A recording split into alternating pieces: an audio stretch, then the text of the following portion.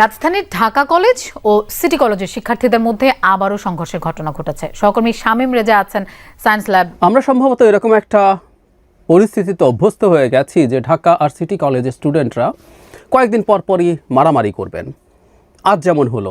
4 দিনের সফরে এখন কাতারে প্রধান উপদেষ্টা ডক্টর মোহাম্মদ ইউনূস। রাজপথ দখলের টার্গেট আওয়ামী লীগের। এদিকে আজ ডক্টর ইউনূস কাতার যাওয়াতে শেখ হাসিনা বিশাল সুযোগ পেয়েছে। শত শত কর্মী নিয়ে বাংলাদেশ ঢুকে দেশে আবারও গৃহযুদ্ধ শুরু করে। সেনাপ্রধানও ক্ষমতার পালাবদল করেন। আবারও দেশের নতুন পরিস্থিতি তৈরি হয়েছে। অন্তর্বর্তী সরকারের প্রধান উপদেষ্টা ডক্টর মোহাম্মদ ইউনূস, তাকে নিয়ে আজকে সমালোচনা করব। অর্থাৎ এই বিষয়টা আপনি যদি এড়িয়ে যান খুব মিস করবেন। আমি প্রথম যে বিষয়টা আমি আপনাদেরকে তুলে ধরার চেষ্টা করছি, ইসরায়েলকে 1000 কোটি টাকার সহায়তা দিয়েছে।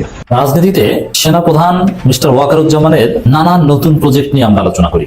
একটা project refined Awami League project assign by India. মাঝখানে হাসনাতের ভয়ে থেমে গিয়েছিলেন, পিনাকিদের ভয়ে থেমে গিয়েছেন, আবার নতুন প্রজেক্ট নিয়ে ওয়াকারুজ্জামান নাড়াচাড়া শুরু করে দিয়েছে। সেনাপ্রধান তো দেখছি সেনাবাহিনীর অ্যাকশনও দেখছি। অ্যাকশনে কিন্তু তারা কিন্তু কোনো সহিংসতা একদম তাদের ডিকশনারিতে নেই। যে সহিংসতা যে করবে সেই হচ্ছে দেশের শত্রু, জনগণের শত্রু, মানুষের শত্রু, মানবতার শত্রু, এইভাবে দেখা হয়।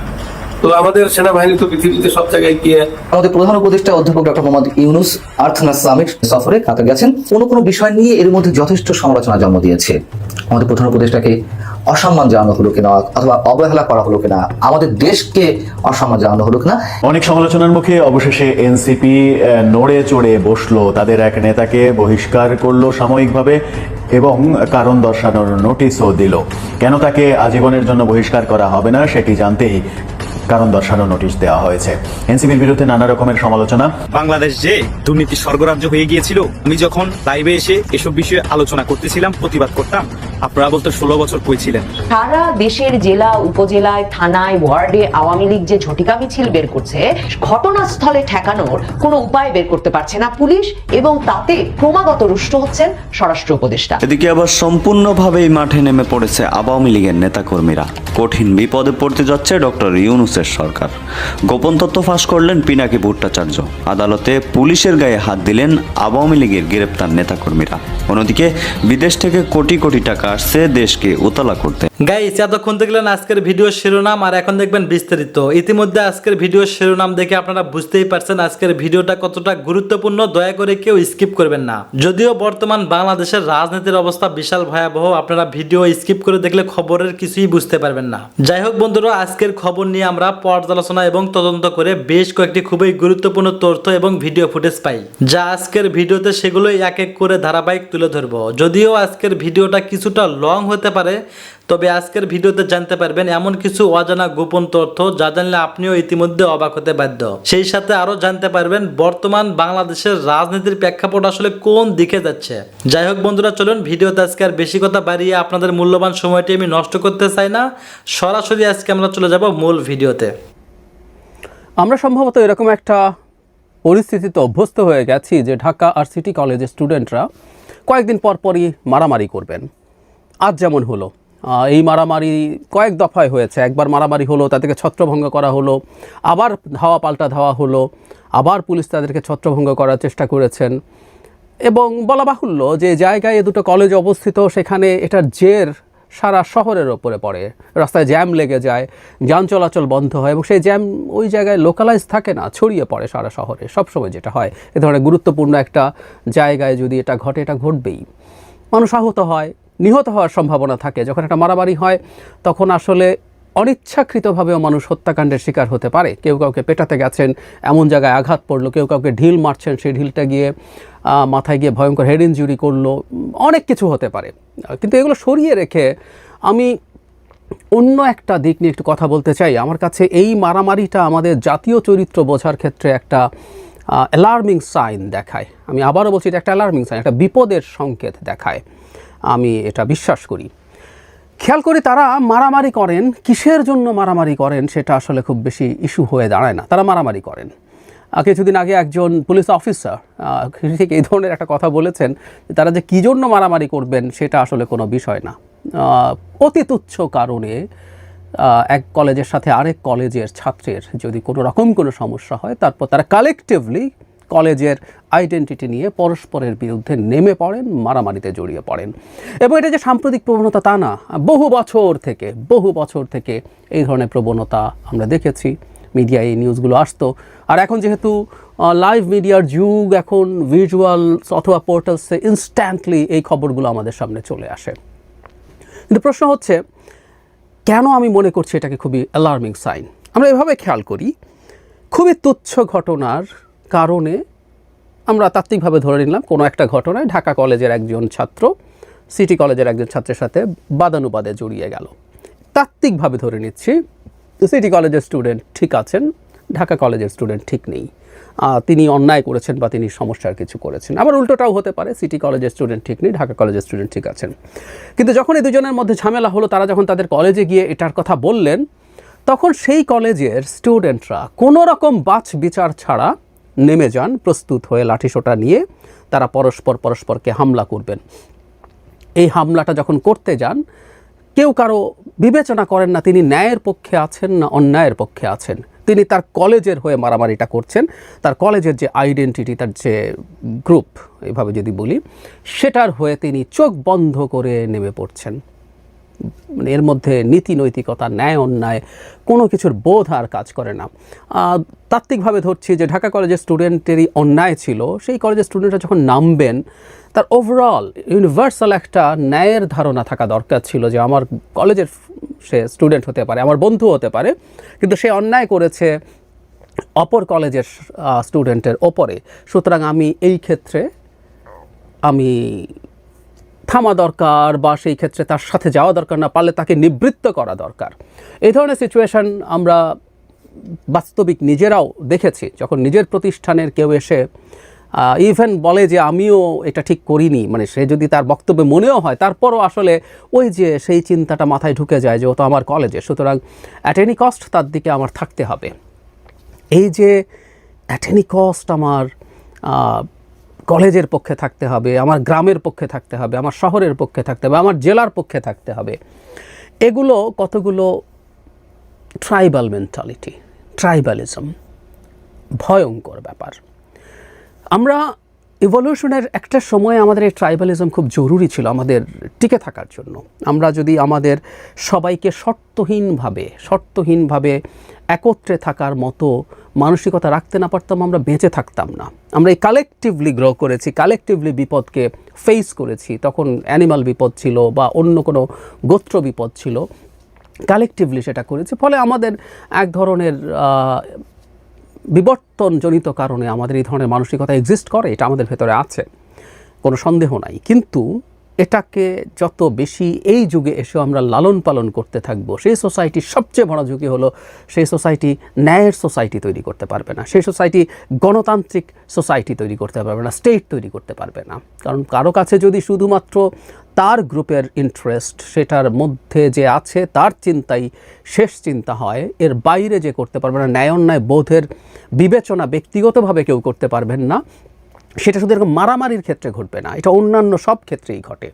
আমরা যখন কোনো ডিবেট করতে যাব, আমি যে সংস্থা, সেই সংগঠন, সেটা পলিটিক্যাল সংগঠন হতে পারে, সামাজিক সংগঠন হতে পারে, বা অন্য কোনো সংগঠন হতে পারে, তার সাথে চোখ বন্ধ করে অ্যালাইন করতে হবে, তার পক্ষে চোখ বন্ধ করে মাঠে নামতে হবে।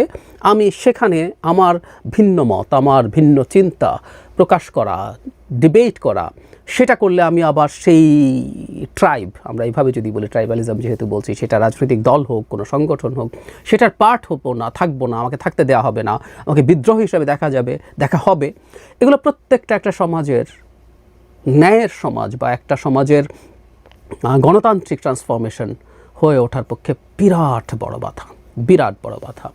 আমরা দীর্ঘদিন থেকে বাংলাদেশে এই জিনিসটাকে উস্কে দেওয়ার চেষ্টা দেখেছি। এটা যখনই প্রত্যেকটা অটোক্র্যাটিক সরকার থাকে তারা এগুলো উস্কে দেয়। বাংলাদেশে তো আসলে সত্যিকার অর্থে গণতন্ত্র 54 বছরে আসেনি। আমরা যদি 54 বছরে চর্চা করতে পারতাম গণতান্ত্রিক ব্যবস্থা, তাহলে হয়তো আমরা আজকে এমন একটা গুরুত্বপূর্ণ জায়গায় থাকতে পারতাম, কিন্তু সেটা হয়নি। তার উপরে শেখ হাসিনার মতো একটা ভয়ঙ্কর স্বৈরাচারী সরকার, একটা মাফিয়া রেজিম আমাদের উপরে চেপে বসেছিল, যে আসলে আদতে ট্রাইবালিজম উস্কে দিয়েছে। সে তার নিজের একটা ট্রাইব ছিল, সেই ট্রাইবের বাইরে কাউকে সে কোনো কিছু মনে করবে না, এবং তার কাছ থেকে বাঁচার জন্য আমরাও এক ধরনের ট্রাইবে পরিণত হওয়ার চেষ্টা করেছি সেই সময়গুলোতে, কারণ আমাকে বাঁচতে হবে একটা ট্রাইবের বিরুদ্ধে আরেকটা ট্রাইব। তখন আমার ট্রাইবের মধ্যে কোনো রকম কোনো প্রবলেম আছে কিনা, কোনো রকম কোনো দ্বিমত আছে কিনা, সেগুলোকে আমরা পাত্তা দেই নাই। পোস্ট শেখ হাসিনার সময়ও একই মেন্টালিটি আমি দেখি। নিজে যখন আমি কথা বলি, অনেক সময় অনেক মন্তব্য অনেকের বিরুদ্ধে যায়, কোনো রাজনৈতিক দল হতে পারে, কোনো মতাদর্শ হতে পারে, তার বিরুদ্ধে যায়, তখন কিন্তু ওই একই রকম সমস্যা যে একটা কালেকটিভলি এসে ঝাঁপিয়ে পড়ছেন অনেকে বিভিন্ন রকম মন্তব্য নিয়ে, কারণ তার ট্রাইবের যে মেন্টালিটি তাতে সেটা হার্ট হয়েছে। কেউ দুদণ্ড ভাবছে অন্য হয়তো যে এটা ঠিক আছে কিনা ঠিক নেই, কিন্তু এই মানসিকতাটাই তৈরি হয়েছে। সুতরাং আমি ঢাকা এবং সিটি কলেজের এই মারামারিকে অতি তুচ্ছ কারণে চোখ বন্ধ করে পরস্পরের কলেজের হয়ে নেমে যাওয়া, আহত হয় এবং অনেকে জীবনের ঝুঁকি নিয়ে নামছেন, আবারও বলছি হত্যার উদ্দেশ্য না থাকলেও যে কারো প্রাণ চলে যেতে পারে, এই যে নেমে পড়ছেন, এটা খুবই ভয়ঙ্কর। আমি আইনগতভাবে এইগুলোর বিরুদ্ধে শক্ত ব্যবস্থা যেমন নেওয়ার কথা বলি, তেমনভাবে এই দুটি কলেজ ঢাকা শহরে, বিশেষ করে ঢাকা কলেজ তো দীর্ঘ সময়ের অতি ঐতিহ্যবাহী কলেজ, বাংলাদেশের অত্যন্ত গুরুত্বপূর্ণ মানুষজন এই কলেজ থেকে পড়ে বেরিয়েছেন। সিটি কলেজও সাম্প্রতিক সময় অনেক ভালো করছে। তাদের স্টুডেন্টদের সাথেও আসলে সরকারের দিক থেকে এই ব্যাপারগুলো নিয়ে আলোচনা করা, ডিল করা দরকার আছে। দিনের শেষে আমাদের এই রকম একটা ট্রাইবাল সোসাইটি কোনো দিন ইনসাফের বা ন্যায়ের সমাজ তৈরি করতে পারে না, গণতান্ত্রিক সমাজ তৈরি করতে পারে না। আমাদের এই বিপদটা একটা মানে এতে যা ঘটছে এদের মধ্যে, এটা আসলে ঠিক রোগ না, এটা হচ্ছে আসলে উপসর্গ। রোগ হচ্ছে যেটা বললাম, আমাদের ওই মেন্টালিটিটা রয়ে গেছে। আমাদের এই কাজগুলো করতে হবে এবং সত্যিকার অর্থে অনেক অনেক কাজ বাকি, একটা লম্বা জার্নি আমাদের সামনে আছে। সেজন্যই যখন আমরা প্রায় বলি যে মনে করি যে কতগুলো সংস্কার করে ফেললে, সংবিধান, আইন, অনেকগুলো সংস্কার কমিশন হয়েছে, তারা অনেক কিছু করছেন বলছেন। আমি নিজেও একটা সংস্কার কমিশনের সদস্য ছিলাম, আমি নিজেও কাজ করার চেষ্টা করেছি এবং এটার গুরুত্ব নেই তাও বলছি না, কিন্তু এটা করা ইটসেলফ যে আমাদের এই কালচারালি যে জিনিসটা over the years or decades তৈরি হয়েছে, এগুলো সব শেষ করে দেয়া যাবে, সব শেষ করে দিতে পারবো, এটা খুব বেশি ইউটোপিয়ান চিন্তা। আমাদের এই ব্যাপারগুলো নিয়ে কথা বলা দরকার, নিজেদের মধ্যে আলাপ করা দরকার, নিজেদের মধ্যে টলারেন্স তৈরি করা দরকার এবং ওই জায়গাতে এই আলাপগুলো জারি রাখা দরকার। আমি জানি যে আউট অফ দ্য বক্স এই ধরনের ট্রাইবাল মেন্টালিটির ক্ষেত্রে এর বাইরে কেউ কথা বলাটা ঝুঁকিপূর্ণ। একটা মারামারির ঘটনা ঘটে গেল, তখন তাত্ত্বিকভাবে ধরে নিচ্ছি যে সিটি কলেজের এই তাদের চিন্তা সঠিক ছিল, ঢাকা কলেজের ভুল ছিল। ঢাকা কলেজের কেউ যদি বলে যে না এটা ঠিক না, আমাদের যাওয়া ঠিক হচ্ছে না, আবার উল্টো যদি সিটি কলেজের দোষ থাকে, সিটি কলেজের কোনো স্টুডেন্ট যদি বলে না আমাদের যাওয়া ঠিক হচ্ছে না, আমরা একটা অন্যায়ের পক্ষে গিয়ে ঢাকা কলেজের সাথে মারামারি করব না, এইগুলো বলা খুবই ঝুঁকিপূর্ণ। কিন্তু এই কথাগুলো তাদের অভ্যন্তর থেকে বলা শুরু করতে হবে। ছাত্ররা বলবেন, শিক্ষকরা বলবেন, এবং আমি চাই সরকারের দিক থেকে ওই ক্ষেত্রে কিছু কাজ হোক, শাস্তির পাশাপাশি এই ধরনের ব্যাখ্যা, এই ধরনের মোটিভেশন চলুক। বিএনপি বুঝে গেছে আগামী নির্বাচনে তরুণ প্রজন্মের কাছে বিএনপি হেরে যাবে, যার ফলে এই তরুণ প্রজন্মের বিরুদ্ধে কুৎসা রটনা শুরু করেছে বিএনপির বড় বড় নেতারা। দর্শক, পিনাকি ভট্টাচার্যের একটা থিওরি সঠিক হতে যাচ্ছে। তিনি যেটা দেখিয়েছেন বা বোঝানোর চেষ্টা করেছেন,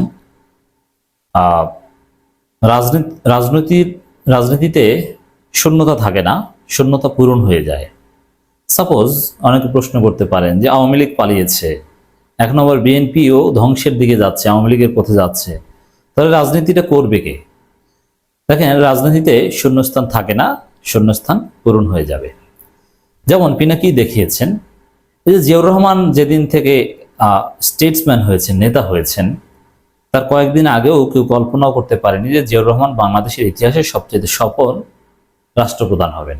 কেউ কল্পনা করেন, অথচ জিয়াউর রহমান হয়েছে। এর মানে পরিস্থিতি নেতৃত্ব তৈরি করে, পরিস্থিতি শূন্যতা পূরণ করে দেয়, এটাই ল অফ নেচার। অতএব আওয়ামী লীগ নাই, বিএনপি নাই, তাতে কি শূন্যতা থাকবে? দেখবেন যে তাদের চাইতে ভালো কেউ এসে গেছে মুহূর্তের মধ্যে, 24 ঘন্টার মধ্যে। যেমন পিনাকি ভট্টাচার্য আরো দেখিয়েছেন, এই যে নাহিদ, আসিফ, হাসনাত, শারজিস, এরা এখন জাতীয় ফিগার, কিন্তু কোটা সংস্কার আন্দোলনের আগে এদেরকে কেউ চিনতো? এরা কোচিনের মাস্টার ছিল, কিন্তু এখন তারা শুধু জাতীয় না, ন্যাশনাল ফিগারের ঊর্ধ্বে উঠে তারা এখন ইন্টারন্যাশনাল ফিগার হয়ে গেছে। তারা বিভিন্ন আন্তর্জাতিক পুরস্কার পায়। এর মানে নেতৃত্ব তৈরি হতে সময় লাগে না। আর পরিবর্তনের সাথে সাধারণত এস্টাবলিশমেন্ট খাপ খাওয়াতে পারে না। যেহেতু জাতি বা দেশ একটা পরিবর্তনের মুখে, আর এই জন্য এই পরিবর্তনের সাথে বিএনপি খাপ খাওয়াতে পারবে না। বিএনপি এটা বুঝে গেছে যে তারা আগামী নির্বাচনে হেরে যাবে, তরুণ প্রজন্মের সাথে পারবে না। তো এই জন্যে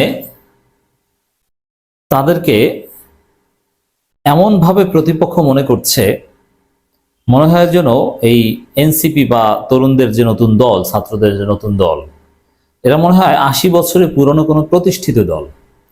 80 বছরের পুরনো একটা প্রতিষ্ঠিত দলের বিরুদ্ধে বিএনপির যে প্রতিক্রিয়া হওয়ার কথা, অনেকটা ওই স্টাইলেই প্রতিক্রিয়া এখন বিএনপি দেখাচ্ছে এনসিপির বিরুদ্ধে। যেমন এনসিপির জাস্ট অনানুষ্ঠানিক প্রচারণা, ইফতার মাহফিল থেকে শুরু করে ঈদ পুনর্মিলনী এবং শোডাউনে বিএনপি নৃশংস হামলা করেছে। আপনারা দেখেছেন আব্দুল হান্নান মাসুদের উপর হামলা, অথবা এনসিপির নেতারা গাড়িতে চললেও বিএনপির গায়ে বাঁধে। এর মানে আওয়ামী লীগ যেরকম একসময় বিএনপির শক্ত প্রতিপক্ষ ছিল, ওরকম শক্ত প্রতিপক্ষ মনে করছে এনসিপিকে। এখন এই এনসিপি গজিয়ে ওঠার আগেই বিএনপি এত ভয় পায়, তাহলে এনসিপি যখন রাজনৈতিকভাবে প্রতিষ্ঠা লাভ করে ভালোভাবে, তখন ভয়ে বিএনপির প্যান্ট ভিজে যাবে, ওদেরকে প্রচন্ড ভয় পাবে। তো ওদেরকে যে ভয় পায়, সেই ভয়ের অংশ হিসেবে নানান ন্যারেটিভ এবং নানান প্রোপাগান্ডা বিএনপি ছড়িয়ে দেওয়ার চেষ্টা করছে। কিন্তু মজার বিষয় হচ্ছে সবগুলো ধরা পড়ছে, বিএনপি ধরা খাচ্ছে। যেমন হোটেল ইন্টারকন্টিনেন্টালে নাকি 19,000 টাকা এক একজনকে ইফতার করিয়েছে, কয়েক কোটি টাকা, অথচ খোঁজ নিয়ে দেখা গেছে যে 2500 টাকার বেশি প্যাকেজই নেই। তাতে যে পরিমাণ লোক ইফতার করেছে তাতে 53 লাখ বা 33 লাখ টাকা, 33 সম্ভবত এরকম, আর 33 লক্ষ টাকা বিল হয়েছিল, যেটা দিয়ে দিয়েছে। অথচ বিএনপির লোকজন প্রোপাগান্ডা চালিয়েছে যে না না, এরা কোটি কোটি টাকা বিল হয়েছে, এটা ইন্টারকন্টিনেন্টাল ওদেরকে মাফ করে দিয়েছে, ওদেরকে নাকি আলাদা রুম দিয়ে দিয়েছে, সেখানে রুমে থাকে ওরা, ইত্যাদি ইত্যাদি। অথচ সামান্য 1 পয়সা ওরা ফ্রি সুবিধা নেয়নি এবং ভারসাম্যপূর্ণ একটা ইফতার করেছেন, যেটা একদম স্বাভাবিক। 33 লাখ টাকা বা 40 লাখ বা 50 লাখ টাকার ইফতার, জামাত ইসলামীর খরচ এই এনসিপির ইফতার মাহফিলে যা হয়েছে তার চাইতে কয়েক গুণ বেশি। যেমন এনসিপি যদি সাপোজ 30 লাখ টাকা খরচ করে থাকে, জামাত খরচ করেছে 3 কোটি টাকা। এখন দেখবেন যে জামাত যে 3 কোটি টাকা খরচ করেছে, এটা সাপোজ, আমি বলছি আমি জানি না, কিন্তু যে আয়োজন তাতে এই পরিমাণ খরচ হওয়ার কথা। তো জামাতেরটা নিয়ে তো বলেন না, কিন্তু ওদেরটা নিয়ে এত আক্ষেপ কেন? মানে ওদেরকে প্রচন্ড ভয় পায়, এই ভয় থেকেই ওদের বিরুদ্ধে বিএনপির এই প্রোপাগান্ডা। যদি প্রোপাগান্ডা আওয়ামী লীগ চালাক, তারা প্রোপাগান্ডা চালিয়ে অনেক দিন তার সুফল পেত, কিন্তু বিএনপি ধরা পড়ে যায়, গুজব প্রচার করে মুহূর্তের মধ্যে ধরা পড়ে যায়। এটা হচ্ছে বিএনপির সমস্যা। তো এখন বিএনপির আরেক নেতা, চেহারা তো দেখলে মনে হয় যে একসময় ডাকাত ঢোকাচ্ছিলেন, আবার এই কোন নেতা তিনি বলেন যে তারেক রহমানের নাম নিতে নাকি অজু করা লাগবে। তাহলে বুঝেন যে এর সমস্যাটা কোথায়, মাথায় সমস্যাটা কোথায়। মাথায় সমস্যা থাকতে পারে, চুল এটা অরিজিনাল চুল না কি চুল এটা বোঝা যায় না, এবং মানসিকভাবে ওরকম সুস্থ মনে হয় না। মাঝে মাঝে শুনি যে হসপিটালে আছেন, আইসিইউতে না কিসে, একবার এরকম দেখছিলাম। অতএব এই তারেক রহমানের নাম নিতে অজু করা লাগবে, এরকম কথা তিনি বলতেই পারেন। কার কথা বলেছে আশা করি আপনারা বুঝতে পেরেছেন, বরকতুল্লাহ বলুর কথা। তিনি বলেছেন টিউশনি করা উপদেষ্টারা আজ 6 কোটি টাকার গাড়িতে চড়েন, 30,000 টাকার পাঞ্জাবি পরেন, বরকতুল্লাহ বলুর। প্রথম কথা হচ্ছে টিউশনি করা উপদেষ্টারা, এটাকে ছোট করে দেখেছেন, এটাকে গ্লোরিফাই করা উচিত ছিল যে টিউশনি করে ছেলেরা সরাসরি মন্ত্রী পরিষদে চলে গিয়েছে। This is Bangladesh, this is তরুণ প্রজন্ম, এটাই রাজনীতি। ওদের কি যোগ্যতা, ওদের কি সাহস, ওদের কি ত্যাগ, ওরা আন্দোলন করতো, আবার আন্দোলন করে এক ফাঁকে টিউশনিটা করিয়ে আসতো। এরকম করতে করতে এক পর্যায়ে টিউশনের যে বাসা, সেখানে ফোন দিয়ে বলেছে যে আন্টি আজকে আমি আসবো না, আমার মন্ত্রী পরিষদে, উপদেষ্টা পরিষদের শপথ আছে, আমি আসবো কিনা পরে জানাবো, অথবা মন্ত্রী পরিষদে আমি যোগ দিব কিনা এই বিষয়ে একটা মিটিং আছে, আজকে আমি পড়াতে আসতে পারবো না। তো এইভাবে টিউশনি থেকে ছুটি নিয়ে সে সত্যিকার অর্থেই উপদেষ্টা হয়ে গিয়েছে। শুধু ফুল মন্ত্রী মর্যাদায় না, 3-4 জন মন্ত্রী 3-4 জনের বা 3-4টা মন্ত্রণালয় একা নিয়ে গেছে এবং তারা সফলভাবে মন্ত্রণালয় চালিয়ে দেখিয়ে দিয়েছে। তো এই ছেলেগুলো নিয়ে গর্ব করা উচিত। এটা ইতিহাসের একটা ব্যতিক্রমী অধ্যায়। এটা বাংলাদেশে এরকম হয়েছে, অসাধারণ ইতিহাস। আর এটাকে গ্লোরিফাই করবে তো দূর কি বাদ, বিএনপি কি করছে, এটা নিয়ে খোঁচা দিচ্ছে যে টিউশনি করা উপদেষ্টা। আরে টিউশনি করা উপদেষ্টা আপনাদের মতো তো চুরি করা উপদেষ্টা না, আপনাদের মতো তো 10% খাওয়া ভুয়া মন্ত্রী না, আপনাদের মতো মাগুরার উপনির্বাচন করা কথিত এমপি মন্ত্রী না। এরা টিউশনি করা উপদেষ্টা, এরা রাজপথে রক্ত দেওয়া উপদেষ্টা। বিএনপির সব নেতৃত্ব যদি ভর্তা করা হয়, তারপরও হাসিনা পতন আন্দোলনে এই নাহিদরা যে ভূমিকা পালন করেছে, নাহিদদের মর্যাদা সমান তাদের মর্যাদা হবে না। নাহিদদের যে অবদান, এটা বিএনপির বর্তমান নেতৃত্ব সবাইকে এক পালায় আনলেও নাহিদদের সমান ওয়েট হবে না। আর অথচ এদেরকে খোঁচা দিচ্ছে। আমরা এর প্রতিবাদ জানালাম, জবাব আশা করি হয়েছে। এরপর আসেন যে 6 কোটি টাকার গাড়িতে, আচ্ছা 6 কোটি টাকার গাড়িতে তো ভাই আমিও চড়েছি বা আমিও চড়ি, এর মানে কি গাড়িটা আমার হতে হবে? আচ্ছা আপনি 6 কোটি টাকা বাদ দেন, আমি তো শত শত কোটি টাকার বিমানে চড়ি, এর মানে কি চড়লেই কি ওইটা আমার? ভাই ভাড়া দিয়ে চড়া যায় না? আমরা যারা বৃহত্তর বরিশাল অঞ্চলের লোক, আমরা শত কোটি টাকার বিলাসবহুল লঞ্চে চড়ি, এর মানে কি ওইটা আমার? এখন একটা গাড়িতে চড়তেই পারেন, এই গাড়িতে চললে কি তার? বা তার গাড়ি নয়, কে বলেছে নাহিদের গাড়ি আছে এই কোটি টাকার? আপনি কোথায় পেয়েছেন? আর সরকারি গাড়িতে যতদিন চড়েছেন ওটা তো সরকারি, ওটা তো নিজের না। এখানে বেসিক্যালি নাহিদকে ইঙ্গিত করেছেন। তো এই যে বরকতুল্লাহ বুলুকে যে আমি বলেছি যে তার মাথায় সমস্যা আছে, তার প্রমাণ হচ্ছে এটা যে নাহিদের কোনো গাড়ি নেই। আর গাড়িতে চড়েন সেটা, ওরে ভাই 6 কোটি টাকা কেন, 600 কোটি টাকার যানবাহনও তো চলতে পারেন, সেটা তো ভাড়া। আর কেউ যদি ভাড়া মৌকুফ করে ফ্রি একটু চড়ায়, আমাদেরকে অনেকে ফ্রি চড়ায় না, চড়ায়, তো এতে কি তার হয়ে গেল গাড়িতে? এটা নাহিদ গাড়ি কিনেছে কিনা পারলে প্রমাণ করুন, প্রমাণ করতে পারবেন না। তো এরকম একজন বইরা খাটাস এরকম মিথ্যা কথা বলছে, যিনি মাঝে মাঝে আইসিইউতে ভর্তি হন, কোনো ভয় করে না এরকম মিথ্যা কথা বলতে। 30,000 টাকার পাঞ্জাবি, দেখেন প্রথম কথা 30,000 টাকার পাঞ্জাবি কথাটা ভুয়া, এটা ওই গুজব। বিএনপি এখন গুজব দল, জাতীয়তাবাদী গুজব দল, জিয়া বটফোর্সের গুজব। কেউ দেখাতে পারবে না যে 30,000 টাকার পাঞ্জাবি পরে ওরা পড়েছে, কিনে পড়েছে, কারণ সিম্পল পাঞ্জাবি পরে, আমি জানি চিনি।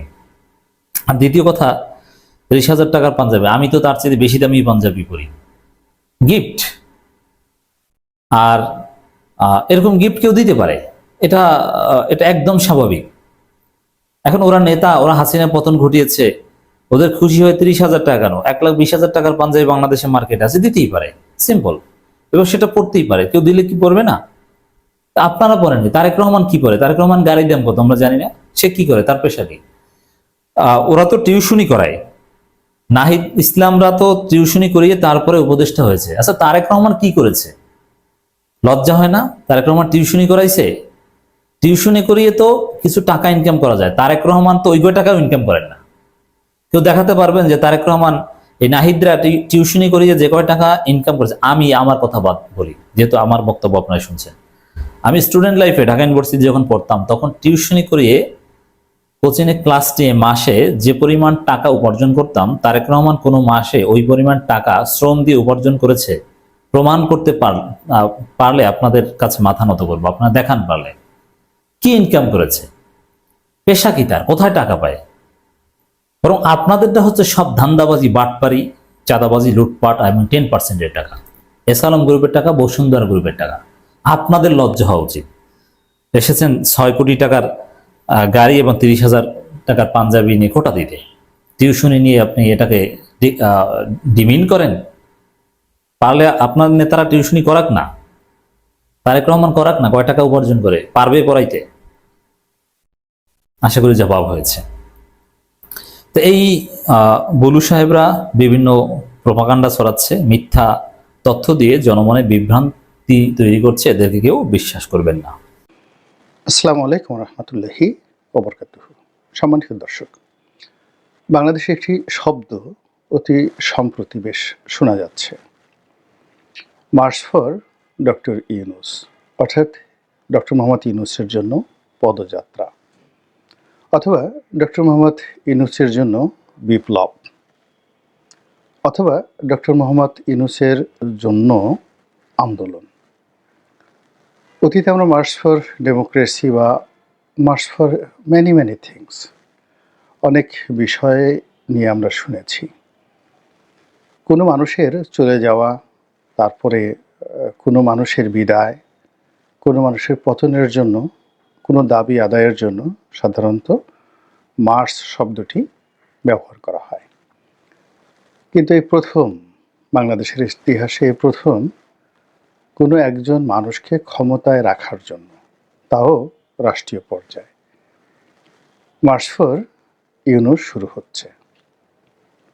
ইতিমধ্যে ছাত্রদের যে সংগঠন, অবশ্যই সেটি সমন্বয়কদের সংগঠন, তারা বাংলাদেশের বিভিন্ন জায়গাতে ক্ষুদ্র পরিসরে মার্চ ফর ইউনুস করেছেন।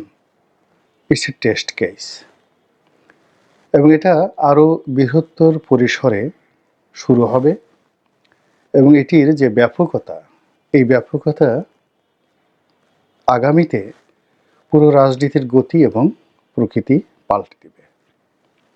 এবং মার্চ ফর ইউনুসের এই ব্যাপকতায় সমগ্র বাংলাদেশ কেঁপে উঠবে এবং পার্শ্ববর্তী রাষ্ট্র ভারত, তারা হতচকিত হয়ে পড়বে। এও কি সম্ভব? এবং বিশ্ব কিন্তু অবাক বিস্ময়ে তাকাবে। এটির ফলে আমাদের রাজনীতির গুণগত কোনো পরিবর্তন হবে কিনা, দেশের কোনো কল্যাণ হবে কিনা, এটি এই মুহূর্তে বলা যাচ্ছে না। কিন্তু ইতিমধ্যেই যেটি হয়ে গেছে, রাজনীতিতে যে বিভাজন অনিবার্য হয়ে পড়েছে, যে সংঘাত অনিবার্য হয়ে পড়েছে, সেক্ষেত্রে ডক্টর মোহাম্মদ ইউনূস তিনি তার নিজের পক্ষকে ভারী করার জন্যে, তার পক্ষের লোকজনকে রাস্তায় নামানোর জন্যে ইতিমধ্যে যে কয়টি টেস্ট কেস তিনি উপস্থাপন করেছেন, শতভাগ তিনি সফল হয়েছেন। আর তার উল্টো দিকে তার বিরুদ্ধে রাস্তায় নামার জন্য বিভিন্ন মানুষ পরিকল্পনা করছেন, বিভিন্ন প্রতিষ্ঠান হুমকি দিচ্ছেন, বিভিন্ন অর্গানাইজেশন, সংগঠন, তারা অত্যন্ত দৃঢ় প্রত্যয় এবং দৃঢ় বিশ্বাসে তারা বলিয়ান যে তারা যদি রাস্তায় নামে, সেক্ষেত্রে ডক্টর মোহাম্মদ ইউনূসের পক্ষে সরকার পরিচালনা করা কঠিন হয়ে যাবে। অনেকে দম্ভ করে বলার চেষ্টা করছেন আমরা শেখ হাসিনার মতো স্বৈর শাসককে হটিয়েছি, কাজেই আমাদের সঙ্গে লড়তে এসো না, আমাদের সঙ্গে যদি লড়তে এসো 1 ঘন্টাও টিকতে পারবে না।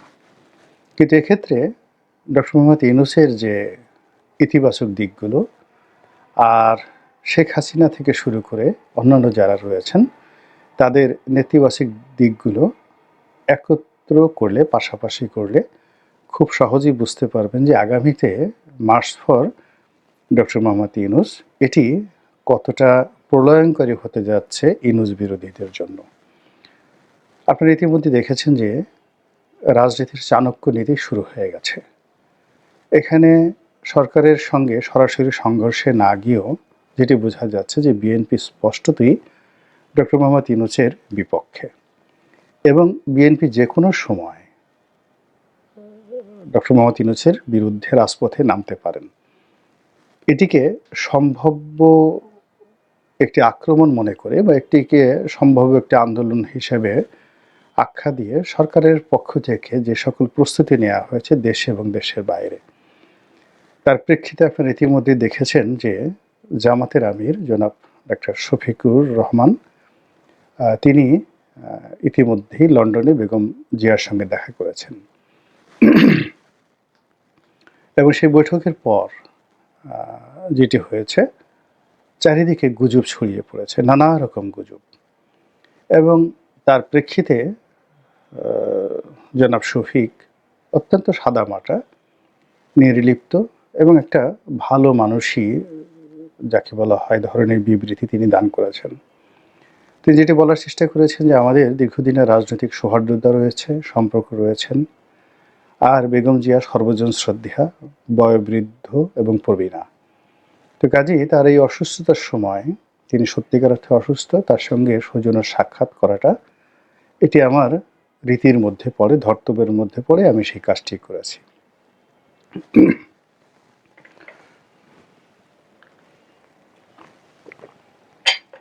অন্যদিকে যেটা হলো, তিনি বাংলাদেশে আসার পরে যে সকল পত্রপত্রিকায় খবর এলো সেগুলোকে তিনি কোনো রকম পাত্তা দিলেন না। তিনি একটি সংবাদ সম্মেলন করলেন এবং লন্ডনের বৈঠক নিয়ে যে সকল কথাবার্তা হয়েছে সেগুলোকে চমৎকারভাবে তিনি উপস্থাপন করলেন।